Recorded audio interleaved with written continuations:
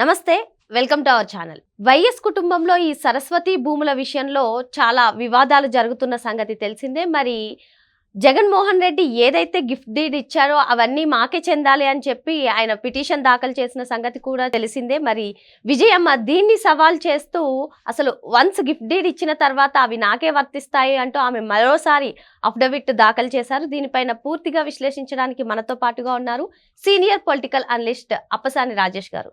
Sir నమస్తే. Sir అసలు ఈ సరస్వతి భూముల గురించి అయితే వైఎస్ కుటుంబంలో జరుగుతున్న వివాదం అంతా కూడా మనకు తెలిసిందే. మరి ఇటీవల విజయమ్మ గారు కూడా మరోసారి అఫిడవిట్ దాఖలు చేశారు. అసలు వన్స్ గిఫ్ట్ డీడ్ ఇచ్చిన తర్వాత అవి మాకే చెందుతాయి, దీంతో షర్మిలకి ఏం సంబంధం అంటూ కూడా ఆమె చెప్పడం జరిగింది. ఏంటి సార్ దీనిపైన మీ అభిప్రాయం ఏంటి? ఇప్పుడు మనం రెండు రకాలుగా దీన్ని విశ్లేషించాలి. నిజంగానే ఈ ఆస్తుల పంపిణీ దగ్గర రాజశేఖర రెడ్డి గారి సంతానం మధ్య, రాజశేఖర రెడ్డి గారి సతీమణి, రాజశేఖర రెడ్డి గారి కుమారుడు మధ్య వివాదాలు విభేదాలు పొడచూపినయా? నిజంగానే ఘర్షణపూరిత వాతావరణం నెలకొందా?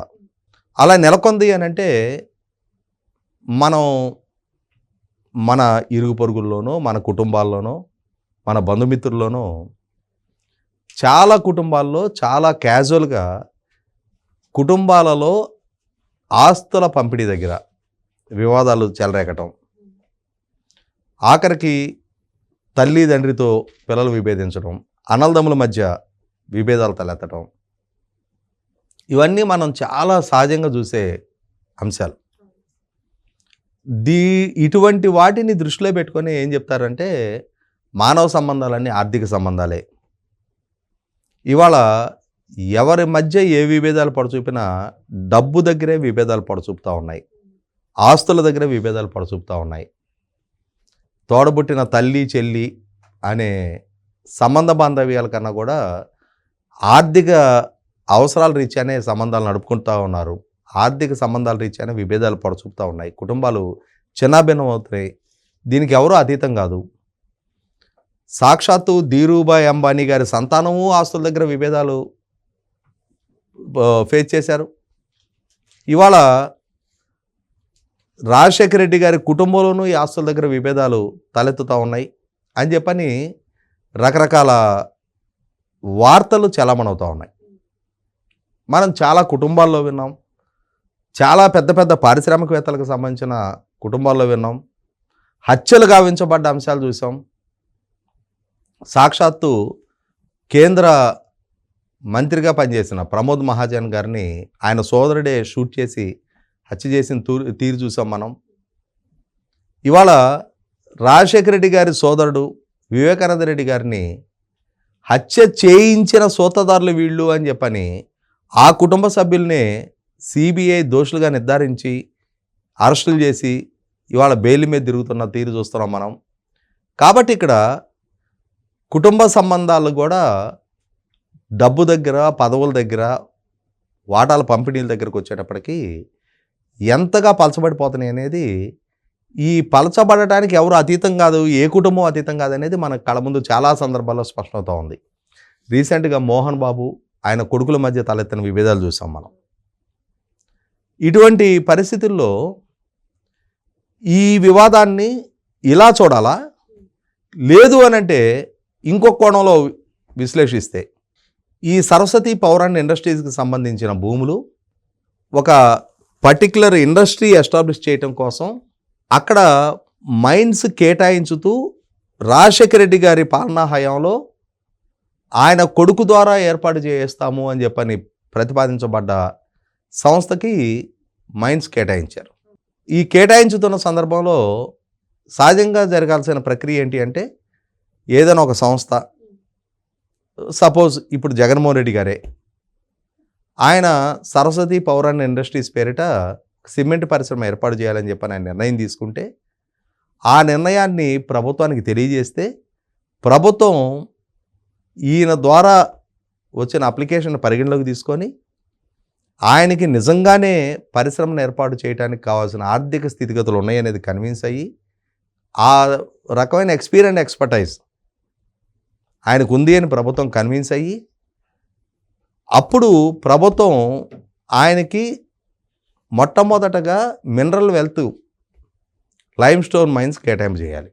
అలా కేటాయింపు చేసిన భూముల్ని ఆయన ఆ కన్సర్న్ రైతుల నుంచి వాళ్ళకి నగదు చెల్లించి ఆ భూములు కొనుగోలు చేసుకోవాలి ల్యాండ్ అక్విజిషన్ ద్వారా. అయితే ఇక్కడ జరిగింది ఏంటి? రివర్స్లో జరిగింది. ముందుగా ఆయన రైతుల దగ్గర నుంచి భూములు కొనేశాడు. ఆ కొనే ప్రాసెస్లో సహజంగానే రైతులు, సార్ మరి మీరు మా భూములు కొంటున్నారు, పరిశ్రమ పెడతా అంటున్నారు, ఇప్పుడు మరి మా ఉపాధి కోల్పోతాం కదా, మీరు ఇచ్చే ఈ డబ్బులు మా దగ్గర ఎన్నాళ్ళో ఉండవు. ఎలా అంటే, లేదు ఇక్కడ పరిశ్రమను ఏర్పాటు చేయడం ద్వారా మీ బిడ్డలకు ఉద్యోగ కల్పన చేస్తామని వాగ్దానం చేశారు. అక్కడ పల్నాడు ప్రాంతానికి సంబంధించిన బలహీన వర్గాల రైతులు వాళ్ళు కూడా పోనీలే, కనీసం మన పిల్లలకైనా మంచి ఉద్యోగం దక్కుతుంది కదా, వాళ్ళకైనా మంచి భవిష్యత్తు దక్కడానికి ఆస్కారం ఉంది కదా అని చెప్పని ముందుగా జగన్మోహన్ రెడ్డి గారికి భూములు అమ్మేశారు. ఈ భూములు అమ్మిన తర్వాత అప్పుడు ఈ భూముల్లో మేము పరిశ్రమ ఏర్పాటు చేస్తాము అని చెప్పని, అంటే ముందుగా ప్రభుత్వాన్ని అప్రోచ్ అయ్యి ప్రభుత్వం దగ్గర అనుమతి తీసుకొని ప్రభుత్వం ద్వారా భూములు కేటాయింపు జరగాల్సిన దగ్గర ఇక్కడ రివర్స్ చేశారు. కారణం ఏంటి? వాళ్ళ నాయనే ముఖ్యమంత్రి, మనకు తప్పితే ఇంక వేరే ఎవరికి కేటాయింపులు చేస్తారు? మనకి తప్పనిసరిగా కేటాయింపులు జరుగుతాయి కదా, నిర్ణయాధికారం మన ఆయనదే కదా అని చెప్పనే ధైర్యంతో ముందుగా భూములు సేకరించేసి ముందుగా భూములు స్వాధీనం అయిన తర్వాత అప్పుడు ప్రభుత్వాన్ని అప్రోచ్ అయ్యి, సరే వడ్డించేవాడు మనవాడు, కడబంతనన్నా అందుతుంది, ముఖ్యమంత్రి వాళ్ళ నాయన, వాళ్ళ కొడుకే పరిశ్రమ ఏర్పాటు చేయడానికి సంకల్పిస్తూ ఉన్నారు, భూములు ముందు కొన్నారా వెనక కొన్నారా అనేది అప్రస్తుతం, వాళ్ళకి ఆ కేటాయింపులు జరిగిపోయినాయి. అయితే ఇక్కడ ప్రభుత్వం కేటాయింపులు చేసిన సందర్భంలో కూడా స్పెసిఫిక్గా సో టైంలో మీరు పరిశ్రమ ఏర్పాటు చేయాలి అని చెప్పిన సబ్జెక్టు కండిషన్ తోటే కేటాయింపులు జరుగుతాయి. అయినా సరే జగన్మోహన్ రెడ్డి గారు 2009లో కేటాయింపులు చేసుకున్న తర్వాత ఇప్పటి వరకు అక్కడ పరిశ్రమ ఏర్పాటు సంగతి పక్కకు పెడితే దాని చుట్టూ కాంపౌండ్ వాళ్ళు కూడా కట్ల.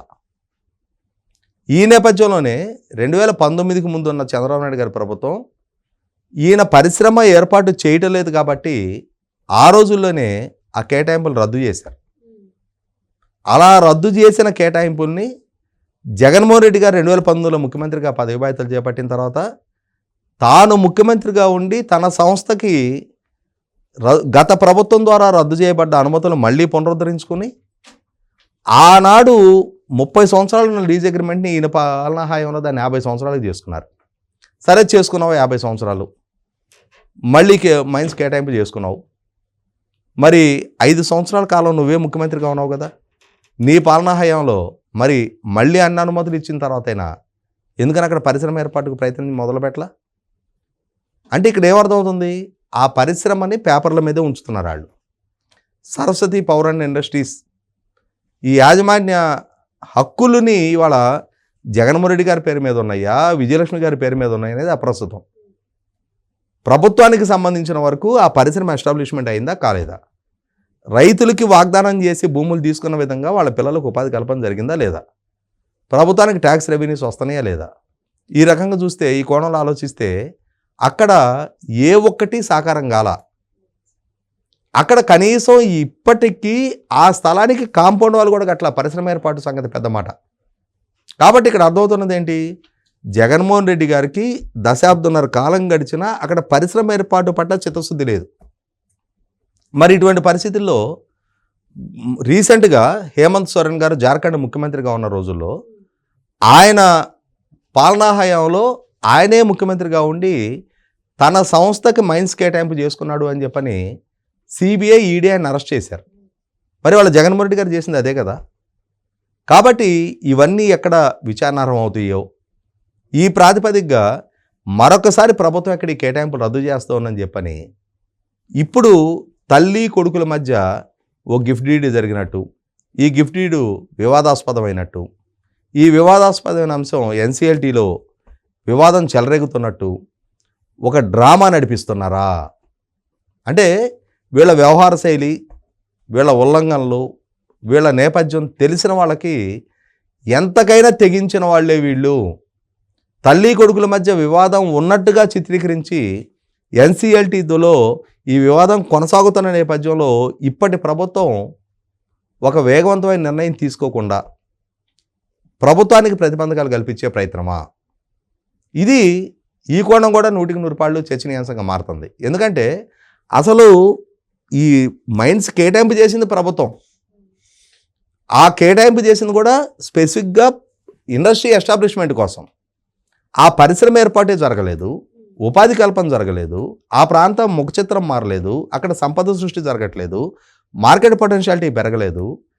ఏమీ జరగకుండా ఆ యాజమాన్య హక్కులు నా పేరిట ఉన్నాయా నీ పేరిట ఉన్నాయా అని చెప్పని ఇవాళ తల్లి కొడుకులు ఎన్సిఎల్టీకి వెళ్ళి ఒక వివాదాన్ని సృష్టించే ప్రయత్నం చేస్తున్నారా? తద్వారా ప్రభుత్వం వేగంగా నిర్ణయాలు తీసుకోకుండా ఈ ఎమోషన్ చుట్టూ తల్లి కొడుకుల మధ్య వివాదం, అన్నా చెల్లెళ్ళ మధ్య వివాదం అని చెప్పనే చర్చ దీని మీద కేంద్రీకరించే విధంగా ప్రభుత్వం వీళ్ళు పరిశ్రమ ఏర్పాటు కదా భూములు తీసుకుంది, పరిశ్రమ ఏర్పాటు చేయని పక్షంలో వీళ్ళకి ఎందుకు ఆ భూముల కేటాయింపు కొనసాగించాలి? వీళ్ళ కేటాయింపులు రద్దు చేసి నిజంగా అక్కడ ఇంట్రెస్టెడ్గా పరిశ్రమ ఏర్పాటు కోసం ముందుకు వచ్చే వేరే ఎవరికైనా కేటాయింపులు చేసినా వారైనా పరిశ్రమ ఏర్పాటు చేయడానికి ఆస్కారం ఉంటుంది కదా అని ప్రభుత్వం కనుక ఆ దిశగా ఆలోచన చేయకుండా ఉండటం కోసం వేల ఎకరాల విలువైన మినరల్ వెల్త్ కలిగిన భూముల్ని ఏ పరిశ్రమ ఏర్పాటు చేయకుండానే వీళ్ళ స్వాధీనంలో ఉంచుకొని దశాబ్దన్నర కాలం పాటు వీళ్ళు ఈ విధమైన డ్రామా కొనసాగిస్తున్నారా? కాబట్టి ఇక్కడ 100% జరిగింది అసలు సిసలు కుటుంబ సంబంధాలు పలచబడ్డ నేపథ్యమా? లేదు, కుటుంబ సంబంధాలు చీకటిలో చాలా బలంగా ఉంచుకొని ఒకరినొకరు you scratch my back I scratch your back అని చెప్పని మనకి ఇంగ్లీష్లో క్యాప్షన్ ఉంటుంది కదా, నాకు నువ్వు మద్దతుగా నిలబడు, నీకు నేను మద్దతుగా నిలబడతా. మన ఇరువురం కలిసి ప్రభుత్వాన్ని, సమాజాన్ని, వ్యవస్థల్ని అందరినీ పిచ్చాళ్ళని చేద్దాం, మన ఆస్తులను మనం కాపాడుకుందాం, మన జోలికి ఏ వ్యవస్థ రాకుండా ఈ విధమైన ఫ్యామిలీ సెంటిమెంట్ డ్రామా రక్తిగట్టిద్దాం అని చెప్పని ఏమన్నా ప్రయత్నం చేస్తున్నారా? ఎందుకంటే వీళ్ళందరూ ఒక తాను ముక్కలే. ఇవాళ విజయలక్ష్మి గారు ఏదో కొడుక్కి వ్యతిరేకంగా యుద్ధం ప్రకటించింది, జగన్మోహన్ రెడ్డి గారు ఏదో తన తల్లికి వ్యతిరేకంగా యుద్ధాన్ని ప్రకటించాడు అనే వార్త కూడా సమాజంలో పెద్దగా విశ్వసనీయంగా లేదు. సమాజం పెద్దగా విశ్వసనీయ వాదనగా దాన్ని పరిగణలోకి తీసుకోవటంలా. వీళ్ళందరూ ఒకటే అన్న భావంలోనే సమాజం కూడా కొనసాగుతూ ఉంది. కాబట్టి అసలు సిసల వాస్తవం ఏంటి అనేది నిగుదేలాలి. అదే సందర్భంలో ప్రభుత్వం కూడా ఈ వివాదం మాటున వాళ్ళకి చెందని భూములు, ఎందుకంటే 1.5 దశాబ్దం దాటిపోయింది, ఇంకా వాళ్ళ కోసం వేచి చూడాల్సిన అవసరం లేదు. మరి ఏ విధంగా ప్రభుత్వం స్పందిస్తుంది, ఏ విధంగా ఎన్సిఎల్టీ స్పందిస్తుంది, ఏ విధంగా వీళ్ళ ఈ అడుగులని ప్రజలు కూడా పరిగణలోకి తీసుకుంటారనేది వేచి చూద్దాం. మరో అంశంతో మళ్ళీ కలుద్దాం. Thank you sir.